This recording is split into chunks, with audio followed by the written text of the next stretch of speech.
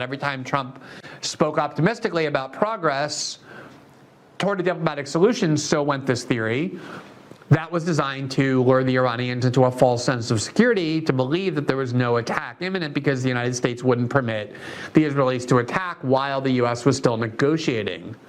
And it does seem as though the people who were arguing that turned out to be vindicated.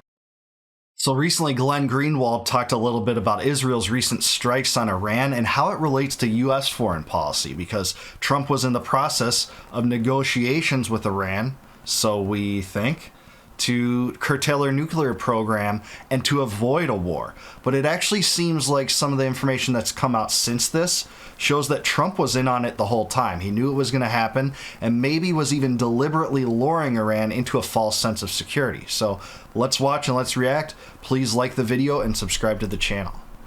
Now, the news of the Israeli strike last night brought a lot of speculation about the role that Donald Trump had played in this, if any, and a lot of people, including his most ardent defenders, were eager to exonerate him from the responsibility that he now clearly has for having encouraged or permitted or even helped initiate a new war in the Middle East, something that Trump repeatedly said he was so proud of in his first term, that he was the first president in decades not to involve the U.S. in a new war. And a lot of people are trying to suggest that this is some sort of embarrassment, because Trump did say yesterday publicly, I don't want the Israelis attacking Iran now, because I want these diplomatic talks to continue, including one that had been scheduled and confirmed on Sunday in Oman, which is the sixth round of talks. So Trump publicly postured as if he would oppose any sort of Israeli strike. But it is utterly inconceivable that Israel would have struck Iran without getting the green light from the Trump administration for so many reasons, including the fact that had they done so, Trump would have a million different ways to punish them, using all the leverage that the United States has in terms of what it provides to Israel monetarily and militarily and politically and diplomatically. But also, the Israelis need and are already relying upon the U.S. military to protect itself from any possible Iranian retaliation. And the idea that they would have done this without Trump's green light seemed immediately and intuitively absurd that they might do so. And since then, Trump has issued a series of statements that strongly suggest that he not only knew about it, but approved of the strikes and wants to even take credit for what's being depicted as the success of the first wave of strikes. Yeah, always wanting to take credit, and it's not really clear the extent to which the entire negotiations with Iran was a farce or not. Maybe the entire thing was a farce, and he had always planned with Netanyahu to have Iran be attacked. And this whole thing was a ruse the entire time to create a new JCPOA, and maybe there's some credence to that, because you know, Trump hated Obama's JCPOA. He said it was leading from weakness. He tore it up in his first administration. Maybe Obama's best foreign policy decision probably was in his administration of huge foreign policy blunders. More wars, Syria and Libya and Afghanistan and Iraq, the drone war in Arabia, and yeah, so many catastrophic things will follow from the strike, and the extent to which Trump was directly involved is still a little bit murky, but it does seem to be the fact that he was involved because he is boasting about it openly and, you know, calling it a great success on social media. Here he is early this morning on True Social, quote, I gave Iran a chance after chance to make a deal. I told them in the strongest of words to, quote, just do it. But no matter how hard they tried, no matter how close they got, they just couldn't get it done. I told them it would be much worse than anything they know, anticipated, or were told, that the United States makes the best and most lethal military equipment anywhere in the world by far, and that Israel has a lot of it and much more to come, and they know how to use it. Certain Iranian hardliners spoke bravely, but they didn't know what was about to happen. They are all dead now. And it will only get worse. There has already been great death and destruction, but there is still time to make this slaughter with the next already planned attacks being even more brutal, come to an end. Iran must make a deal before there is nothing left and save what was once known as the Iranian Empire. No more death, no more destruction. Just do it because it is too late. God bless you all. Not really sure what that even means at this point. I mean, the Israelis certainly haven't taken out the Iranian nuclear facilities and decapitating several of the commanders in the chain of command, or even killing some of their nuclear physicists, as they did apparently while in their apartment buildings in Tehran, killing other people as well, can, I suppose, set back the Iranian program a little bit. The Israelis have killed many nuclear physicists in Iran over the years, have damaged various facilities, but ultimately the know-how of how to make nuclear weapons is something you can't extinguish or eradicate, and it would take infinitely greater military force of the kind the Israelis really don't possess. The other factor, too, is that Tulsi Gabbard, Trump's hand-picked director of national intelligence, said on the record, in the open, in public, that there's no evidence that Iran even reconstituted their nuclear weapons program after it had dismantled it essentially in 2004. She said that on the record. So for all this bogus talk about how this is all over their nuclear weapons program, it just seems bogus. It just seems to be subterfuge, a red herring from what's actually happening. And that's that the U.S. is aligning with Netanyahu on a regime change operation, the same one that Netanyahu's wanted at all times and has constantly stoked fear and war propaganda about Iran's nuclear weapons program to support it, to justify it. That is what's happening. B-2 bombers dropping massive bombs to destroy underground facilities to really physically eliminate the Iranian nuclear program. But President Trump seems to be saying that that's exactly what the U.S. in conjunction with Israel will do, unless the Iranians immediately to submit to some sort of deal that really wouldn't be a deal, but I guess it would be seen as a sort of term of surrender. Here was Trump on Twitter. Actually, this was Trump on Twitter back in 2012 when there was rising tension between the U.S. under President Obama and Iran. And here's what President Trump had to say, in being highly critical of Obama and the likelihood of what would happen as a result of his deficiencies. Our president will start a war with Iran because he has absolutely no ability to negotiate. He's weak and he's ineffective. Yeah, that's the Trump I want back. The Trump that said that it was wrong for Biden to bomb Yemen on Tim Pool's show also just last year.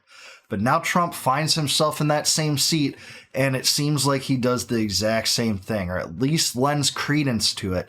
And part of this is boasting about, hey, we lured the Iranians into this idea that we were going to negotiate, but there was actually a strike that was being planned, and we're going to allow to carry it out. Israel first mentality right there. All right, so what actually happened there was that Obama did reach a deal with Iran that averted the need for a military conflict. By all accounts, including the U.S. intelligence community's own assessments, Iran was complying with the deal. It was very difficult for them not to comply with that deal. There was surveillance everywhere. There were inspectors all over the place. And they were not enriching uranium past the point where the Iran deal permitted them to enrich. That deal was in place, had averted a conflict, by all accounts had averted any ability or pursuit of nuclear weapons on the part of Iran, and that was something President Trump in 2016 ran on a campaign of nullifying that agreement. In 2018 or 2017, he withdrew the United States from that deal, and that's why there's been no deal ever since. Here was CNN's Dana Bash speaking this morning about a conversation she had with Trump about all of this. She said, quote, "I just spoke with President Donald Trump on the phone. The president told me that the U.S. supports Israel." Of course, as always, the U.S. supports Israel, and called the strikes on Iran last night, quote, "a very successful attack." Quote, "We of course support Israel, obviously, and supported it like nobody has ever supported it," Trump said during our brief phone call. But why would he call it such a stunning success if he truly wanted a deal to curtail Iran's supposed nuclear weapons program? He wouldn't unless this is what he wanted the entire time. Why boast about something that in optics would have undermined what he was trying to do. Well, I think the evidence is clear that at least a large portion of those negotiations with Iran, which they were supposed to continue the day after this happened, were a sham. They were a ruse to lure Iran into a false sense of security. Like I've said so many times, what that means is like they might not have had their top military brass go back to their homes. They might not have thought an attack was incoming where they could have been targeted. But that's exactly what Israel chose to do. And this was an unprovoked attack. We have heard so much about how, Putin's invasion of Ukraine was unprovoked. But it was provoked. This was unprovoked. This was a unilateral Israeli decision to strike Iran without having been struck first. Yeah, people will point back to 2024 where Iran did fire some missiles into Israel, but that was after Israel assassinated some figures within Iran. That was not, that was the same deal. They said, Israel has a right to defend itself when Israel actually is doing the striking here. Quote, Iran should have listened to me when I said, I gave them, I don't know if you know, but I gave them a 60-day warning, and today is day 61, he added. They should now come to the table to make a deal before it's too late. It will be too late for them. The people I was dealing with are dead. The hardliners, the president said. He would not specify which people he was referring to. Asked if last night was if this was a result of Israel's attack last night, Trump responded sarcastically, quote, they didn't die of the flu, they didn't die of COVID, meaning of course they died because the Israelis killed them. And Trump is not just approving it after the fact. He's making very clear that he played a key role in approving the deal beforehand, that he supports the deal. He's even taking credit by saying, I gave them a 60-day window to get a deal done. They didn't get a deal done. So on the 61st day, look what we did to them. And it's another war where the United States is working in conjunction with Israel, another war that the United States started against a major enemy of Israel. Now, there's a lot of... Yeah, it's so true. The U.S. is being dragged into this willfully because of the influence of the Israel lobby, the military-industrial complex, the Zionists, and especially Netanyahu, who's always wanted regime change in Iran. I think because it will take eyes off of what he's doing in Gaza, which, whether you call it a genocide or not, is a complete warpath of destruction that's killed by estimates 50 to 100,000 people, where children are being lifted up from the rubble daily, where people are being starved. Humanitarian aid is not allowed to flow through. You have IDF forces killing some people distributing aid and killing journalists there. That's what's happening, and this is the perfect opportunity from Netanyahu's standpoint to enact a regime change. But they know they can't do it alone. Israel believes that they're going to need the U.S. at their back, like in so many other cases, to bail them out and finish the job. That's why I fear for strikes against the U.S. soldiers, whether it's a false flag or not. If U.S. soldiers are killed, that's going to lure the U.S. into this operation that will culminate in a regime change. That will be what happens, and it's going to be just as disastrous as the Iraqi regime change, which cost about 1 million lives and hundreds of billions of dollars to replace Saddam with Islamic fundamentalists. It's a disaster every single time. Such was the regime change operation in Ukraine in 2014. They all go this way. So was the Iranian regime change in 1953, Operation Ajax. Ironically, the U.S. rulers never learned the lessons from the past, whether it's the deep state or American presidents that are led by the Israel lobby. Celebration taking place, a lot of kind of triumphant rhetoric, suggesting that, Iran has already lost, the Israelis and the United States have already won. It reminds me a lot of the kind of rhetoric we heard in the first 10 days of the invasion of Iraq, when the regime fell very quickly. Saddam Hussein and his top aides and family went into hiding. The regime kind of just disintegrated, and we were told we won the war. In 10 days, all the people who supported the war mocked those who were concerned about a protracted conflict, that they were proven wrong, that the war had already been won. And by the way, they called detractors pro-Saddam. These were Saddamites, right? That's what they said. Just like they say now, if you don't want U.S. intervention in Ukraine, well, you're just a Putin agent. You're a Russian agent. You're a fan of Putin. You're being paid off by the KGB. All this insane, stupid stuff that you always hear dissidents called when they have the nerve to say, hey, this is a bad decision. This is wrong for America. It's not conducive with anything that would benefit the American public. And these countries aren't threats to our national security. They're threats to some other countries across the sea, if they're even threats. And those threats are provoked in the first place. That's what we got. We got George Bush on that aircraft carrier, the big banner, mission accomplished. Everyone my age remembers it. This was being waved as a stunning success, but we know it was one of the worst catastrophic failures in U.S. military history and U.S. foreign policy history. And I think we'll see the same thing play out here. And that's the kind of thing that this rhetoric is reminding me of a great deal. We'll see what the Iranian response is, what kind of response they're able to mount to. It's possible maybe they won't be able to mount much of a response.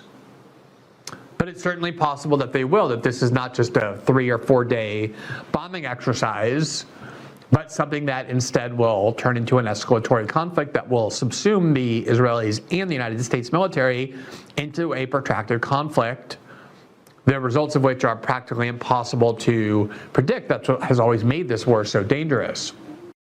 All we know to predict it, it's what's happened in the past. And what's happened in the past is a string of stunningly inefficient and destructive U.S. foreign policy regime changes. Starting with Iran. Ironically, that was really the first major one after World War II as the OSS transitioned to the CIA, when Allen Dulles drummed up this idea to replace Mossadegh in Iran with the Pahlavi dynasty, with the Shah. Well, he created a police state and a surveillance state. It pissed off the Islamic fundamentalists in the country, provoked a reaction in 78 and 79, and that's why we have the current regime. So they're like, hey, regime change didn't work in the past. Let's try it again. It's not going to work again, especially at the behest of Israel, dragging us into another prolonged conflict in the Middle East. It's not America first. It's clearly America last. And the U.S. doesn't really care, particularly our rulers, our deep state, our elected representatives, that we're $37 trillion in debt, continuing the war in Ukraine, and now we want to do this too? It's absolute madness. It's total lunacy. The Trump administration is already deploying U.S. military assets in the Middle East in response to the Israeli strikes and to possible Iranian retaliations. A lot of people are saying, look, I don't care about this war. I see a lot of Trump followers, Trump supporters saying, I don't care about this war as long as we're not involved. The United States is involved, as always, with Israel. Trump has made that very clear. And boasted about it, clearly. And we know what's happened since the initial strikes. The U.S. has assisted Israel with intelligence, as they always do, bankrolling their weaponry and providing interceptor missiles that were fired from Iran. So the U.S. is involved no matter how you look at it, and it's not too different of a situation compared to how the U.S. is involved in Ukraine. Posturing as a negotiating partner while taking a clear side in that conflict, bankrolling it, and supporting it in another prolonged war. Aside from the fact that we pay for their wars, that we furnish the weapons for their wars, right. Trump is saying we make the best weapons in the world, and those are the ones the Israelis are using, making very clear, boasting, in fact, of the key involvement of the United States.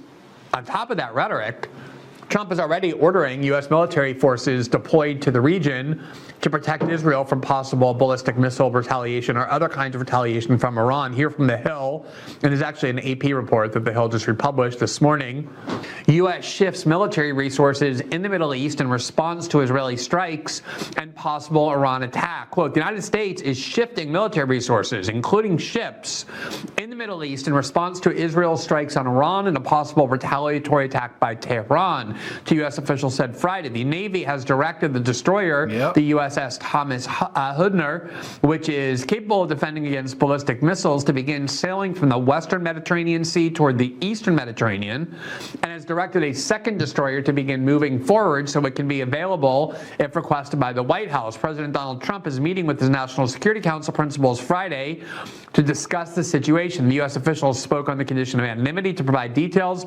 not yet made public. So already we're putting our own service members, our own military assets in harm's way into the middle of this conflict.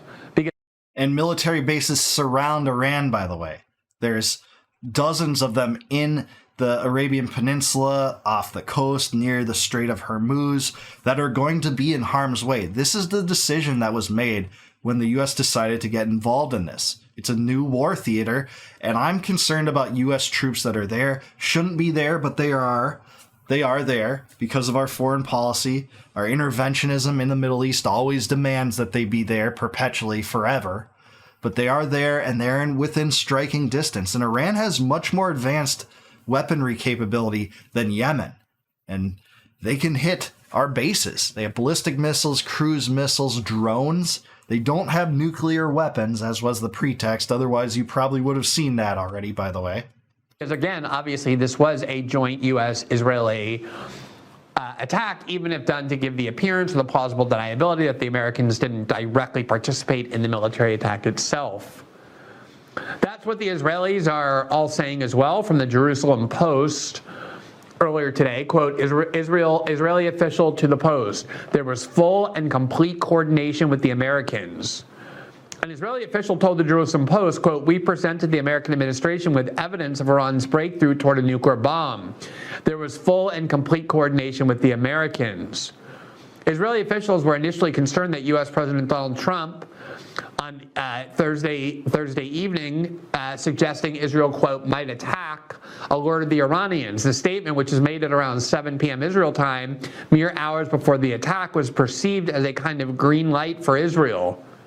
The fear that this remark could expose the attack operation ultimately led to Trump's late-night tweet at midnight, stating that, quote, the U.S. seeks a diplomatic solution.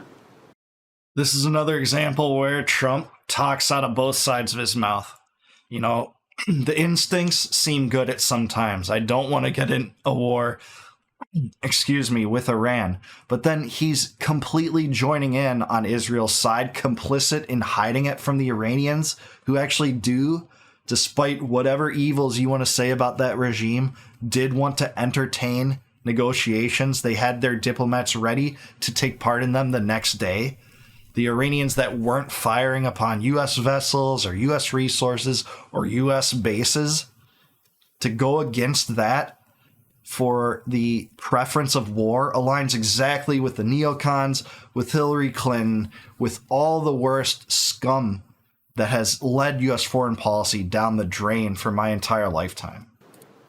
Now, you probably remember, and we went over this quite a bit at the time, over the last 2 to 3 months, there was all this talk deliberately cultivated by the White House about how there was a rift between Israel and Trump on the one hand, and Netanyahu, or rather the U.S. and Trump on the one hand, and Israel and Netanyahu on the other, in anticipation of Trump's trip to the Persian Gulf dictatorships.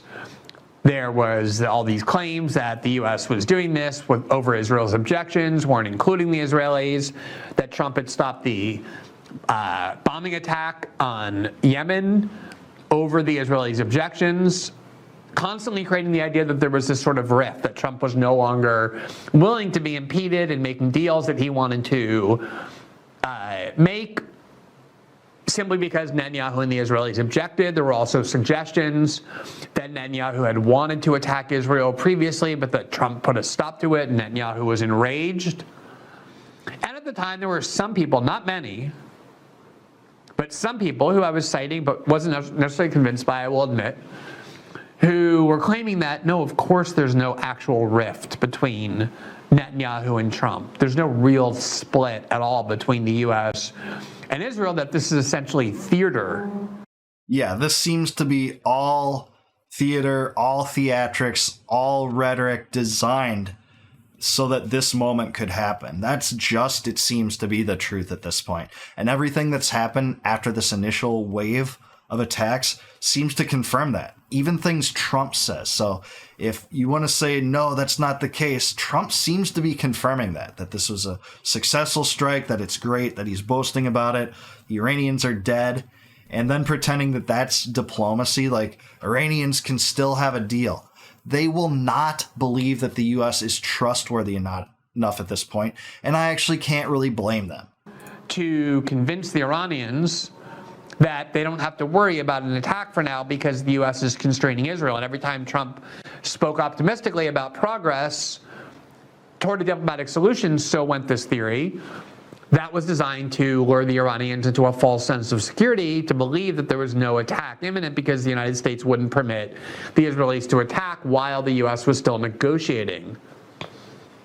And it does seem as though the people who were arguing that turned out to be vindicated, because both the U.S. and the Israelis are now boasting of the fact that that was all theater, including this late night tweet from Trump, where he had earlier in the day suggested maybe the Israelis are going to attack. I hope they don't. And the Israelis were concerned that was signaling to Iran they were going to attack, and that would eliminate the surprise. And that's why Trump went back last night and said, we're still on the diplomatic path, to make the Iranians think that we were still trying to negotiate. In other words, it was all a ruse jointly orchestrated between the two countries. Hard to deny, I think, at this point. This was 8 months in the making, supposedly. News came out about that. I think, I forgot who reported that, but this attack was 8 months in the making, and indeed, we heard rumblings of that for months already. And this was widely reported even by the corporate media that there might be an Israeli strike on Iran, and would the U.S. get involved? And there was news that came out of a New York Times, New York Times article that said, well, Trump had actually been talked out of war with Iran, that he'd been dissuaded from participating in that kind of possibility by part of his cabinet members that are less bellicose than the ones like Rubio and Waltz at that time. Right? But it does seem to be that was false. Ultimately, the Israel lobby prevailed. Netanyahu prevails despite what he's done in Gaza, despite being viewed as the head of a genocide, as an international criminal in many places. Part and parcel, whatever the global community thinks about that, I think that, and the best answer is to get Israel, get detached from Israel completely militarily and through any kind of diplomatic connection. Let them fend for themselves. No one seems to plan for what's going to happen next, and we have a good idea of what will after regime changes fail, as they have so many times. This is what Axios reported, and again, Axios has that former IDF soldier, Barak Ravid. And when I say former IDF soldier, I mean until 2023, he was in the reserves. He's an Israeli citizen. Has basically served as the Israeli messenger ever since October 7th for Axios. And Axios reported this today. The article says Israel's strike on Iran was 8 months in the making, but then here's what it reports. Quote, 2 Israeli officials claimed to Axios that Trump and his aides were only pretending to impose an Israeli strike in public and didn't express opposition in private. Quote, we had a clear U.S. green light, one claimed. The goal, they say, was to convince Iran that no attack was imminent and make sure Iranians on Israel's target list wouldn't be moved to new locations. Netanyahu's aides even briefed Israel reporters that Trump had tried to pull the brakes on an Israeli strike in a call on Monday, when in reality, the call dealt with coordination ahead of the attack, Israeli officials now say. Right. So they're even admitting this. Israel's admitting all the negotiations was a ruse. Trump's essentially done the same thing through some of his tweets, some of what's come out, but there was clear collaboration here. And, I don't know how Trump can get away with some of the rhetoric that says, Iran can still negotiate. I tried hard to negotiate, and here's what it had to come down to. It just doesn't seem to be the case. The U.S. side has not confirmed any of that. In the hours before and after the strike, the Trump administration distanced itself from the Israeli operation in public statements and private messages to allies. Secretary of State Marco Rubio swiftly stated that Israel's attack was, quote, unilateral with no U.S. involvement. Hours later, though, Trump confirmed that he knew the attack was coming, but stressed the U.S. had no military involvement. Now, as I said, since then, there have been a lot of statements from Trump, as we just showed you, boastfully and proudly taking credit for the key role the U.S. played, warning that more is to come, either from the Israelis and or the Americans, unless the Iranians quickly agree to a deal, which, as we went over last night, has dramatically shifted from the American perspective. It began with a recognition, and Steve Witkoff said this, others said this, that of course the Iranians need to be able to enrich at low enough levels to be able to have a nuclear energy program, but not so high that it can be used for a nuclear weapon. And over the last week or two, you heard Trump's rhetoric start changing, where he said Iran can't enrich at all, which was the way that people like Netanyahu and Tom Cotton and Lindsey Graham, who wanted a war in the first place, had to pretend they wanted a deal the way Trump did, tried to set this up, was... Yeah, exactly. This is the biggest neocon triumph in my mind since at least the coup in Libya. And it's just a total disaster. Maybe the coup in 2020 or 2014 in Maidan. Glenn's totally right. The U.S. just got sucked into a new war, this one on behalf of Israel. And we've known for a long time how much influence the Israel lobby does have over the deep state, over U.S. politicians, etc. But one thing that John Mearsheimer said about this and Trump's position toward this really stuck with me. And he said, well, Trump's in a straitjacket. Even if he personally wouldn't have wanted this, he's drawn into it innately because of the Israel lobby. He just doesn't have the political wherewithal to resist it because of who owns him. And it's hard to dispute that. Miriam Adelson does seem to own his foreign policy. He filled his cabinet with Zionists. I mean, even the more non-interventionist Zionists among them, like Tulsi Gabbard, you want to call her that, and some others, they're still Zionists. That was a criteria, it seemed, to enter the cabinet. It was the ultimate litmus test, right?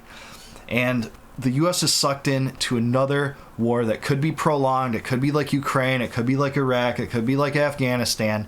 Even while the U.S. still has forces off the coast of Yemen, in Iraq, in part of Syria, it's a total disaster. It will never pay off for the U.S., and Trump does seem to be complicit. He's talking about both sides of his mouth to some extent, but the news that's come out since this initial wave makes quite clear that this goes beyond just giving them intelligence, just giving them weaponry, just providing them moral support for this war. This was operational. The U.S. was involved in talks that led to these strikes. And man, if I'm a U.S. serviceman or a family of a U.S. serviceman in the Gulf, in the Arabian Peninsula, surrounding Iran, I'm concerned right now. Because not only could Iran strike, but also there's a threat of a false flag to draw the U.S. more than it is now. That seems to be part of the twisted incentive structure of Israel, who, are now encouraged for U.S. servicemen to die, such that the U.S. go in full bore and complete the job that Netanyahu has envisioned for so long. He's always talked about it, and the whole nuclear disarmament thing is a total ruse. It seems to have played out that way.